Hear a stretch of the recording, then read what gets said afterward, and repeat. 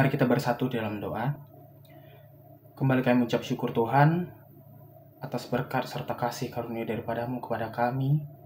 Kami dapat menghirup nafas kehidupan yang bersumber daripada-Mu dan juga akan melakukan aktivitas kami pada hari ini ya Tuhan. Kiranya Engkau yang memberkati kami dalam segala aktivitas kami, apa yang telah kami rencanakan dan apa yang akan kami laksanakan. Sehingga apapun itu Tuhan dapat berjalan sesuai dengan kehendak-Mu. Tuhan, kami juga akan mendengarkan pemberitaan firman yang bersumber daripada-Mu. Ajarlah kami ya Tuhan, bimbinglah kami agar kami dapat mendengarkan, memahami, dan juga melakukannya dalam kehidupan kami. Inilah doa dan permohonan kami ya Tuhan, kami serahkan seluruhnya kepada-Mu. Di dalam nama anak-Mu Tuhan Yesus Kristus kami berdoa dan mengucap syukur kepada-Mu. Amin. Shalom Bapak Ibu Jemaat yang terkasih.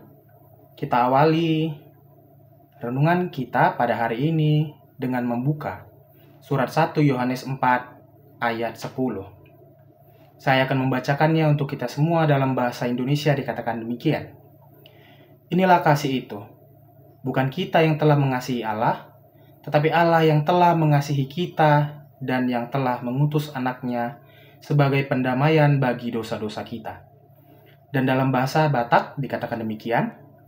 Di bagasonondo holong ni rohai, danda hita maka holongi di bata. Ibada do maka holongi hita, jala disuruh do anakna bahen pardengganan pasai hondo satta. Ido yang go sahadna. Bapak Ibu Jemaat yang terkasih, saya ingin kembali mengingatkan kita atau membuka wawasan kita kembali tentang inti ajaran kekristenan. Tentunya kita sudah sama-sama tahu bahwa kasih menjadi bagian utama dalam ajaran kekristenan. Bahkan juga dikatakan dalam Alkitab kita bahwa hukum yang utama adalah mengasihi Tuhan Allah dan juga mengasihi sesama kita manusia.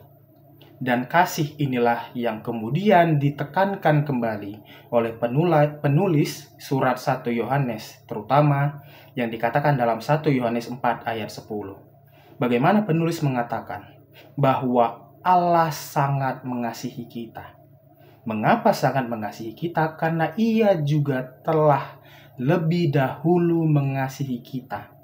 Bahkan dikatakan dengan cara kasih melalui anaknya yang tunggal itu, yang sama, yang turun ke dunia sama dengan kita, dan pada akhirnya menebus dosa-dosa kita, berkorban, mengorbankan dirinya untuk dapat menghapuskan dosa-dosa kita. Tapi memang tidak bisa kita pungkiri, kita manusia cenderung untuk bersifat egois. Dalam kehidupan kita, mungkin kita pernah atau sering menjumpai hal-hal atau sifat-sifat yang membanggakan dirinya sendiri. Akulah si paling mengasihi. Akulah yang paling baik.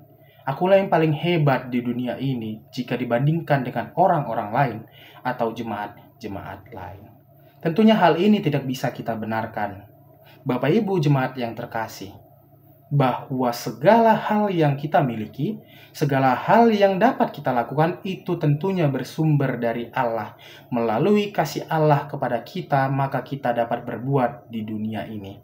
Sehingga apa yang kita lakukan, apa yang kita terima, dan apa yang kita rasakan, itu tidak bisa menjadi bahan untuk kesombongan, untuk jadikan diri kita lebih baik daripada orang lain.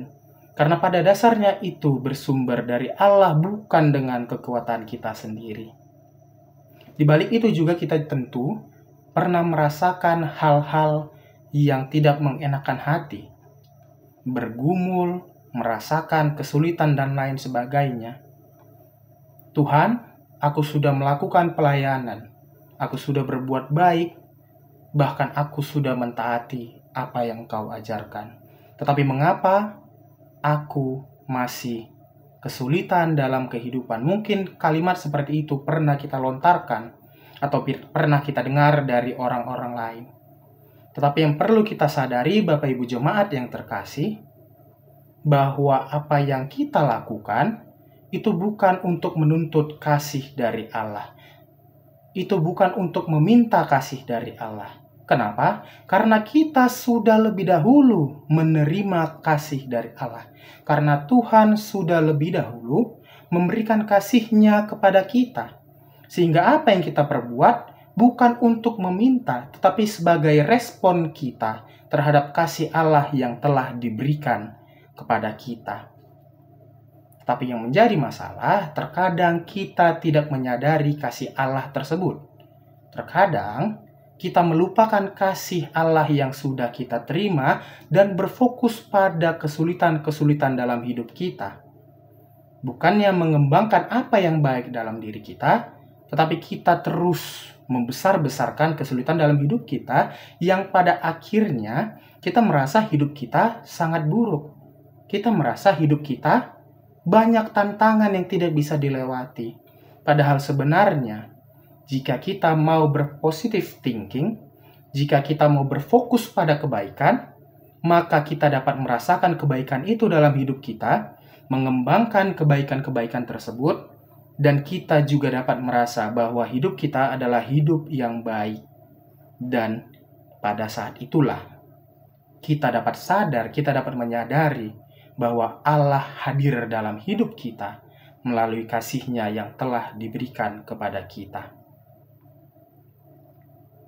Tuhan telah lebih dahulu mengasihi kita, tetapi memang kita yang mungkin belum menyadarinya.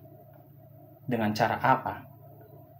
Tuhan telah mengampuni dosa-dosa kita melalui kelahiran Yesus Kristus yang sama seperti kita. Yang mungkin pada saat ini kita juga dalam masa menyambut perayaan kelahiran Yesus Kristus atau yang biasa kita sebut dengan Natal. Bahkan hal-hal kecil yang mungkin tidak kita sadari, sampai saat ini kita masih dapat bernafas. Sampai saat ini kita masih dapat hidup di tengah-tengah dunia ini. Sehingga marilah Bapak Ibu Jemaat yang terkasih, kita menyadari kasih dari Allah yang telah kita terima dan juga mau untuk merespon kasih itu dengan hal-hal yang baik.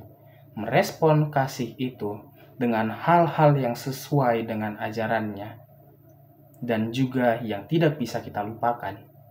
Marilah kita juga ikut mengasihi orang lain seperti kita juga mengasihi diri kita sendiri.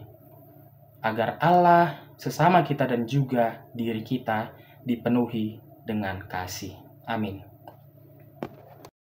Kasih karunia dari Tuhan Yesus Kristus, serta kasih setia Allah Bapa dan persekutuan Roh Kudus memberkati dan menyertai kamu sekalian hari ini, esok, dan sampai selama-lamanya.